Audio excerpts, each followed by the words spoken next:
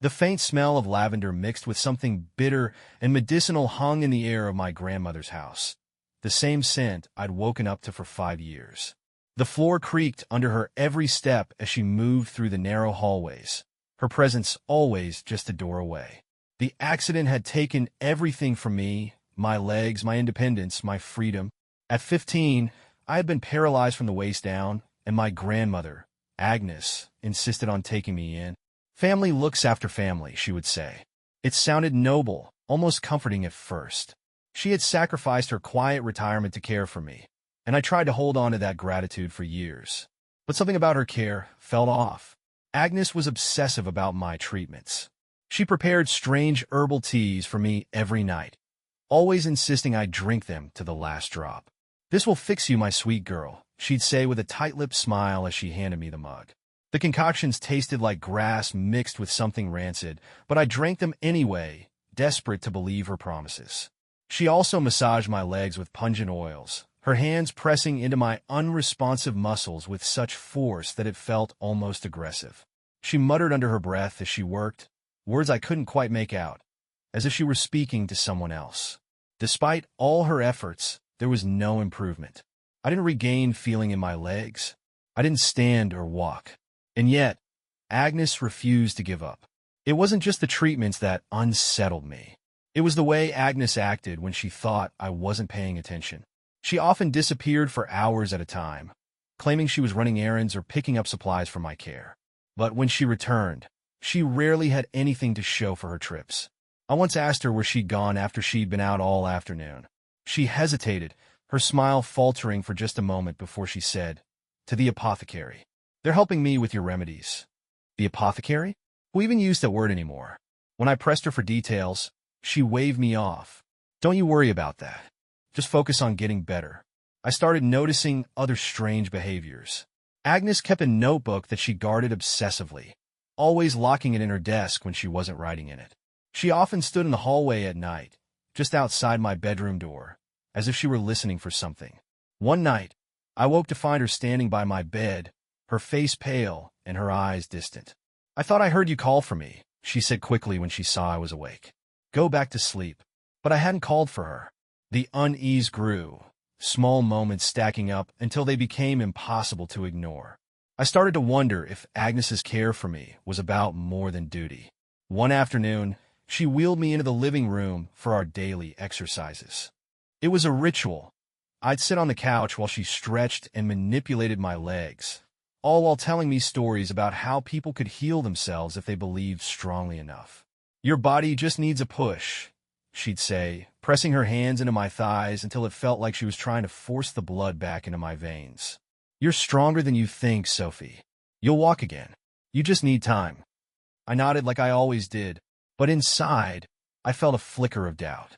Her treatments hadn't worked in 5 years. Why would they start working now? Later that night, lying in bed, I replayed her words in my head. "Your body just needs a push." But what kind of push? I couldn't shake the feeling that Agnes wasn't telling me everything. There was a tension in her voice when she talked about my recovery, as if she were trying to convince herself as much as me. And then there were the other things, the mysterious trips, the guarded notebook, the way she sometimes muttered under her breath when she thought I wasn't listening. I decided I needed answers. The idea came to me during one of her errands. I ordered a small digital recorder online, something I could easily hide in the living room where we spent most of our time. If Agnes was hiding something, maybe the recorder would reveal it. When the package arrived a few days later, I felt a strange mix of guilt and determination. Agnes had cared for me for years.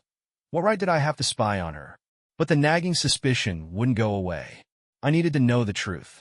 That night, I feigned exhaustion during our exercises. "Can we skip it tonight?" I asked, letting my voice waver slightly. Agnes frowned, clearly displeased. "You know how important it is, Sophie." "Please," I said, forcing a weak smile. "I'll make it up tomorrow. I just don't feel up to it tonight." She hesitated, her fingers twitching slightly. Then, with a resigned sigh, she said, "All right, but only this once." As soon as she left the room, I slipped the recorder behind a stack of books on the shelf. It was positioned perfectly to pick up anything that happened in the living room. The next morning, while Agnes was out, I retrieved the recorder and pressed play. My hands trembled as I held the device, unsure of what I was expecting to hear. At first, there was only the sound of footsteps, Agnes moving around the living room after she thought I'd gone to bed. Then came her voice, low and muttering. "She's not improving," she said, her tone sharp and frustrated. "Why won't it work?" My heart skipped a beat. There was a long pause, followed by the faint sound of glass clinking together. "I've done everything right," she continued, almost to herself. "It has to work. I've come too far to stop now." Her voice grew quieter, almost inaudible, but one phrase cut through the static like a blade. "She can't know the truth." I froze, the recorder slipping from my hands onto the bed. What truth? The words "she can't know the truth" echoed in my mind long after I turned off the recorder. What truth? What was Agnes hiding from me?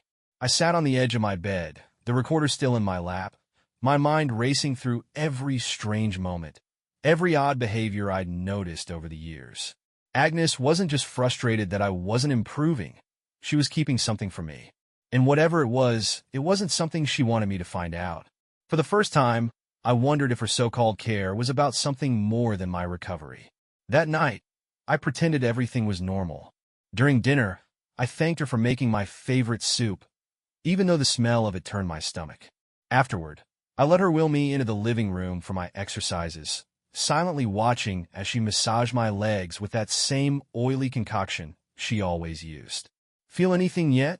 she asked, her eyes locked on my face. "No," I said, my voice steady. She sighed, her hands moving with more force. "You will," she said. "It just takes time." Her words felt hollow, rehearsed, and for the first time, I noticed how her eyes didn't quite meet mine when she spoke. The next morning, I decided to test her. "Can I see what's in the oil you use?" I asked casually as she prepared for my exercises. "I've been wondering what's in it." Agnes froze for a split second, just long enough for me to notice. Then she laughed, the sound forced and unnatural. "Oh, it's nothing special," she said, waving me off. "Just a mix of herbal remedies. An old family recipe. Can I read the label?" I pressed. "I don't keep the bottles," she said quickly. "I mix it myself." Her answer made no sense. Why wouldn't she keep the bottles? I nodded, pretending to accept her explanation, but inside, my suspicion grew. Later that day, while Agnes was in the garden, I went into her room. I'd never crossed that boundary before, but I was desperate for answers.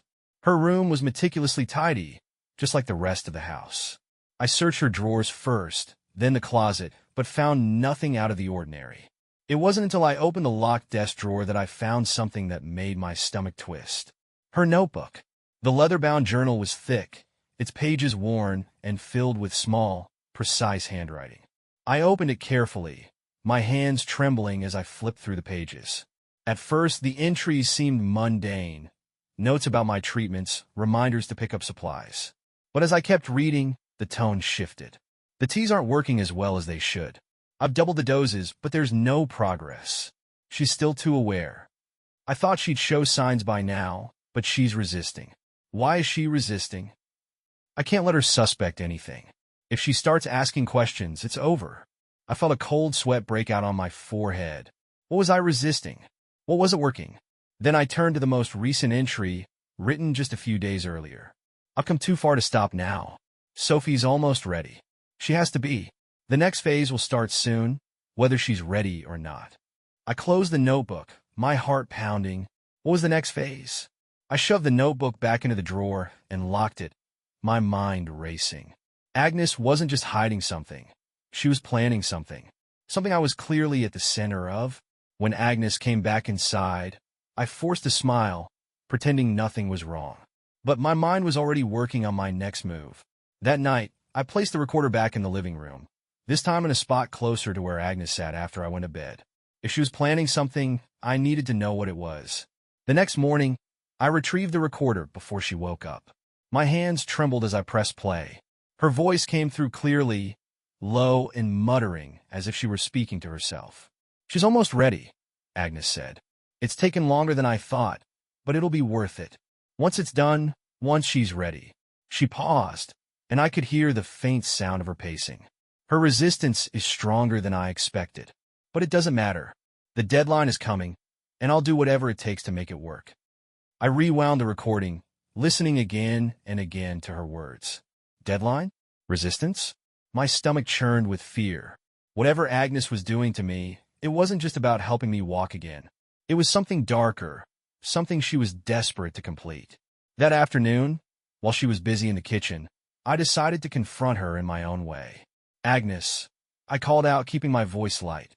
Yes, dear, she replied, poking her head into the living room. Do you think I'll ever get better? I asked. Her expression flickered, just for a moment, before she smiled. Of course, Sophie. You're already improving. Really? I said, tilting my head, because I don't feel any different. And it's been 5 years. Her smile faltered, and I saw something flash in her eyes, something sharp and dangerous. These things take time, she said quickly. You just have to trust me. I nodded, pretending to accept her words. But inside, I felt my resolve harden. That night, I placed the recorder in her room. I knew it was risky, but I needed answers. I needed to know what she was planning before it was too late. The next morning, I retrieved it, my hands shaking as I pressed play. Her voice was clear, her words calm but chilling. I didn't want it to come to this, she said. But she's too stubborn, too strong. If I can't make her accept it willingly, I'll have to take the choice away from her. There was a pause, followed by the sound of a drawer opening. She won't remember, Agnes continued. Once it's done, she'll forget everything. She'll be mine again. The recorder slipped from my hands, hitting the floor with a dull thud. My breath came in short, shallow gasps as her words echoed in my mind. She'll forget everything. She'll be mine again. I had thought I was safe in this house. I thought Agnes was helping me. But now I realized the truth. I wasn't her granddaughter. I was her experiment. The recorder lay on the floor where it had fallen, its small red light blinking as if mocking me. My pulse was racing, my breath shallow and uneven as I tried to process what I'd just heard. She'll forget everything. She'll be mine again. Those words were like shards of glass, slicing through my thoughts. What did she mean? What was Agnes planning to make me forget? I felt a sickening realization settle in my chest. Whatever I thought I knew about my grandmother's care, it was all a lie. I wasn't just her granddaughter. I was her captive. For the rest of the day, I stayed in my room, too afraid to face her. Every creak of the floorboards outside my door sent my heart racing, every sound from the kitchen making me jump. Agnes knocked once around lunchtime, asking if I wanted to eat, but I pretended to be asleep. I couldn't let her suspect that I knew. Not yet. I needed time to think, to figure out how to escape. That night, I decided to gather more evidence. If I was going to get out of this, I needed proof, something solid that I could take to the authorities. My instincts told me that the answers were in her notebook, the one I'd found in her locked desk drawer. When Agnes went to bed, I waited for the house to fall silent before wheeling myself into the hallway. My heart pounded as I approached her door, listening carefully for any sign that she was still awake. The door was closed, but light seeped out from underneath it. I froze, my breath catching in my throat. Almost ready, I heard her mutter from inside. Her voice was low, almost a whisper, but I caught every word. Just a little longer, and it'll be done. She'll thank me one day. She'll understand. I felt a chill run down my spine. My fingers gripped the wheels of my chair so tightly that they ached. I don't have a choice, she continued. It's for her own good. There was a pause, followed by the sound of pages turning. The final dose is ready. Tomorrow will be the last step. My stomach dropped. The final dose? Last step? What was she planning to do to me? I backed away from her door as quietly as I could, returning to my room before she could catch me. My hands were trembling so badly I could barely close the door behind me. I had to act quickly.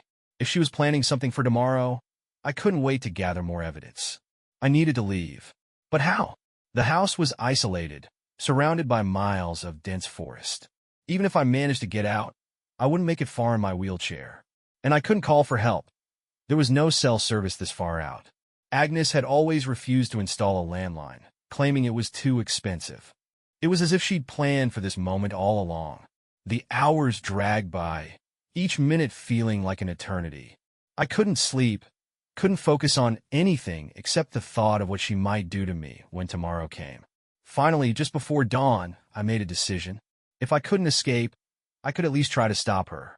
I waited until I heard her footsteps in the hallway. Her usual routine of heading to the kitchen to make tea before starting my exercises. As soon as she was out of sight, I wheeled myself into her room and went straight for the locked desk drawer. The lock was simple, the kind you could open with a bobby pin if you knew what you were doing. Luckily I did. Inside, the notebook sat atop a stack of papers and small vials filled with murky liquid. My stomach churned at the sight of the vials, but I forced myself to focus on the notebook. Flipping through the pages, I found entry after entry detailing my treatments. She had meticulously recorded every dose of the strange teas she'd given me, every oil massage, every ritual she performed. Her resistance is stronger than expected. Increased doses aren't working. Must begin direct intervention. She's questioning me more often. Can't let her suspect too much. Must act before she becomes unmanageable. Unmanageable? Was that what she thought of me? Then I found the page that made my blood run cold. The final dose must be administered under the full moon to ensure success. The herbs have been absorbed into her system over the years, but this will complete the process. Afterward, she will be mine completely, body, mind, and soul. I slammed the notebook shut, my hands shaking so badly that I almost dropped it. She wasn't just trying to heal me. She was trying to control me. I shoved the notebook back into the drawer and locked it, my thoughts racing. The full moon. She had been planning this for years, waiting for this exact moment. And now it was here. I had to stop her. When I wheeled myself back into the hallway, I saw her standing at the end of it, holding a tray with a steaming cup of tea. Her expression was unreadable, her eyes locked on mine. "You're up early," she said, her voice calm but tight. "Couldn't sleep?" I forced a smile, trying to steady my voice. "Yeah, just restless." She nodded, her gaze lingering on me for a moment too long. "Well, let's get started. We've got a big day ahead of us." The weight of her words pressed down on me as she wheeled me into the living room. I wanted to scream, to demand answers, to run, but I couldn't. Not yet. Agnes placed the tea in front of me, her smile widening. "Drink up," she said. "This one's special. It'll help you relax." My hands trembled as I picked up the cup. The tea smelled stronger than usual, the bitter aroma almost nauseating. "Go on," she said, her voice soothing. "You'll feel so much better after this." I hesitated, the cup hovering near my lips. I could feel her eyes on me, watching my every move. And then I made my decision. The tea hovered in front of my lips, its bitter aroma making my stomach turn. Agnes was watching me closely, her hands folded neatly in her lap, but I could see the tension in her posture. She was waiting for me to drink, waiting for this final dose she'd written about to take effect. "I'm not feeling great," I said, lowering the cup slightly. My voice trembled despite my effort to sound calm. "Maybe I should wait until later." Her smile faltered, just for a moment, before she regained her composure. "Nonsense, Sophie," she said softly. "This tea is exactly what you need. It'll settle your nerves." She reached forward and gently pushed the cup closer to my lips. "Drink," she said, her voice firm. I hesitated, the weight of her command pressing down on me. Every instinct screamed at me to put the cup down, but I knew I couldn't let her suspect that I'd read her notebook or listened to the recordings. I needed to buy time, needed to think of a way to stop her without putting myself in more danger. Slowly, I raised the cup again, pretending to take a small sip. The liquid barely touched my lips before I lowered it again. "It's strong," I said, forcing a weak smile. "Maybe I'll drink it slower." Agnes nodded, her eyes narrowing slightly as she leaned back in her chair.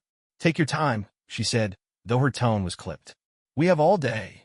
The tension in the room was suffocating. I could feel her eyes on me as I pretended to sip the tea, the weight of her gaze making my skin crawl. I had to get out of this house, but the question was how. She wasn't going to let me leave. Not now. Not when she was so close to whatever twisted plan she had in mind. My chance came when the doorbell rang. Agnes frowned, her head snapping toward the sound. "Who could that be?" she muttered, standing up. As she left the room to answer the door, I quickly poured the tea into the potted plant beside the couch. My hands shook as I worked, the liquid soaking into the dry soil and disappearing almost instantly. When Agnes returned, she looked irritated. It was just a delivery, she said, setting a small package on the table. Her eyes immediately went to the cup in my hands. Did you finish your tea? I nodded, holding the empty cup up for her to see. It was good, I said, my voice steady despite the pounding of my heart. Her smile returned, but there was something cold about it now. Good girl, she said, taking the cup from me. The rest of the day passed in a blur of forced normalcy. Agnes stuck to her usual routine, but I could feel the shift in her demeanor. She was tense, on edge, as if she were waiting for something to happen. I stayed quiet, trying to act as if nothing was wrong.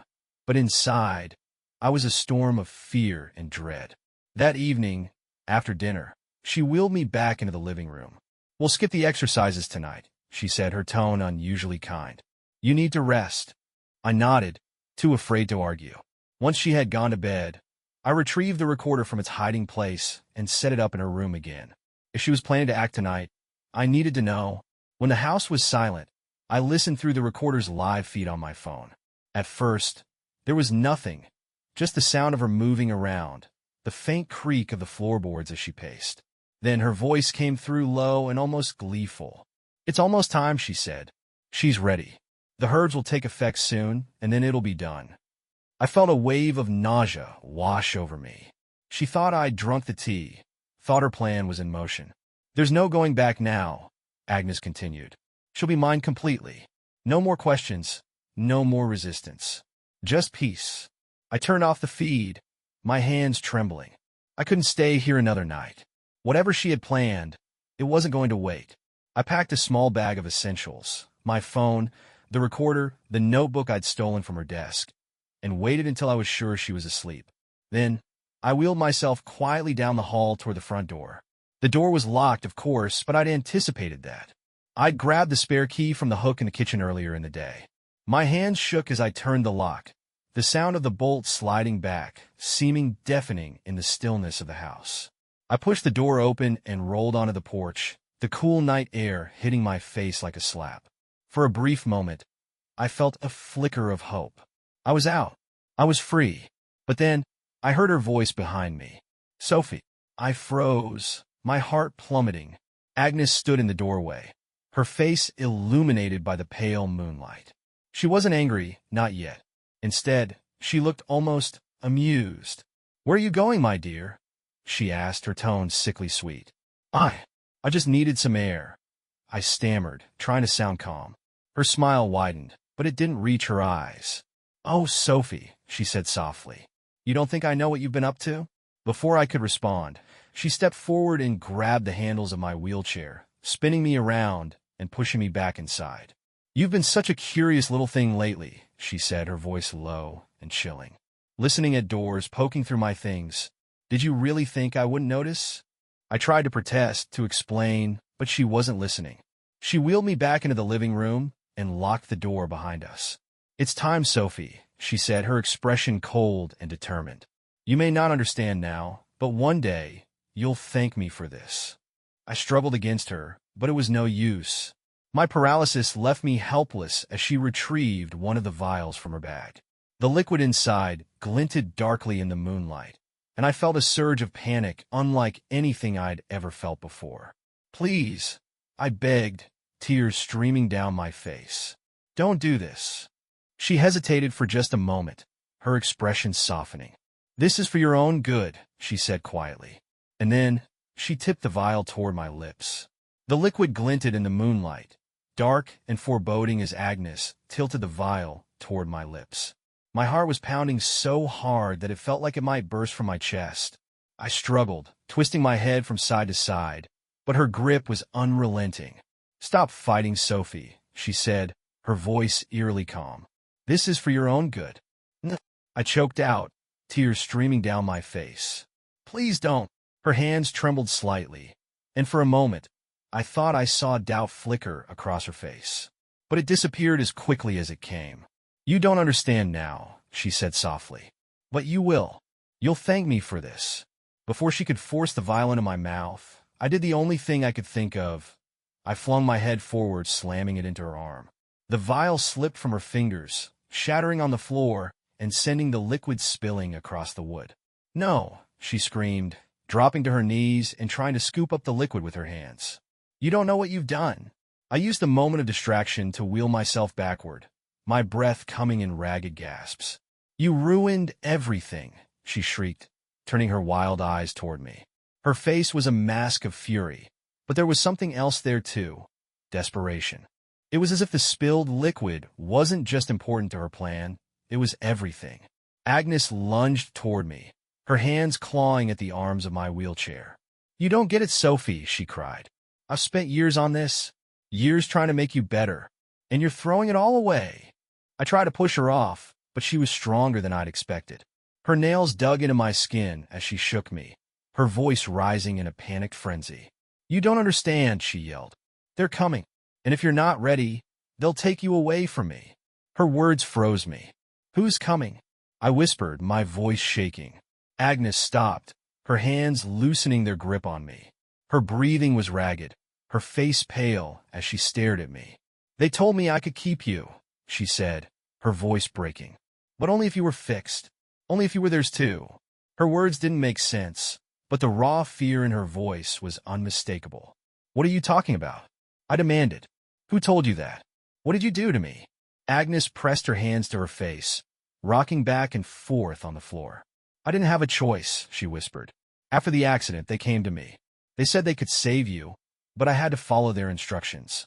I had to prepare you." "Prepare me for what?" She didn't answer. Instead, she crawled toward the spilled liquid, her hands shaking as she tried to scoop it up. "It's too late," she muttered. "It's all ruined. They'll know I failed." I stared at her, my mind racing. Was she delusional? Hallucinating? Or was there something darker at play? I wheeled myself backward, away from her, and grabbed the notebook I had hidden under the couch earlier. Flipping through the pages, I searched for anything that might explain what she was talking about. Then I found it. A section near the back of the notebook, written in a frantic, almost illegible scrawl. The accident wasn't an accident. It was them. They wanted her. They said she'd be special, but she has to be ready. If she's not ready, they'll take her away, and I'll lose her forever. My blood ran cold. Before I could say anything, the lights in the house flickered. Agnes froze, her eyes snapping to the window. "No," she whispered. "They're here." The air in the room grew heavy, almost suffocating. The shadows seemed to stretch and shift, creeping toward us like living things. I could feel something, an oppressive presence pressing down on me, making it hard to breathe. Agnes scrambled to her feet, her hands clutching at her hair. "I can fix this," she cried, spinning in circles as if searching for an answer. "Just give me more time." The shadows pooled in the corners of the room, growing darker, denser. I could hear faint whispers, too low to make out, but unmistakably there. "Agnes," I said, my voice shaking. "What is this? What's happening?" She turned to me, her eyes wide with terror. "I try to save you," she said, her voice breaking. "I try to make you one of them, so they wouldn't take you away. But you ruined it, Sophie. You ruined everything." The whispers grew louder, the shadows creeping closer. Agnes dropped to her knees, her hands outstretched as if pleading with something unseen. "Please," she begged. "Don't take her. Take me instead."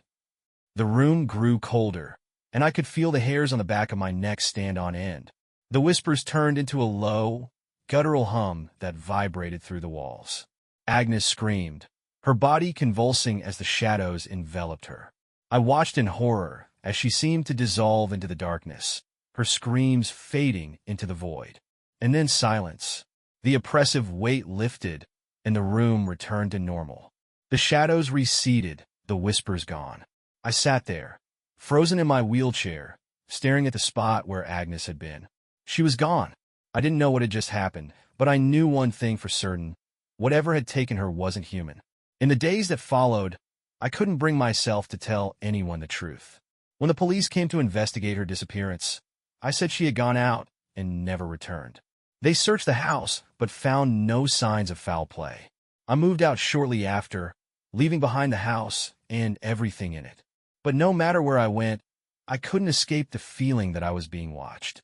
Late at night, I would hear faint whispers, like the ones from that night, and I would wonder if they were coming back for me. Agnes had tried to save me from them, but now that she was gone, I wasn't sure how much longer I could stay safe. I wasn't ready, and they knew it. And that's the end of today's story.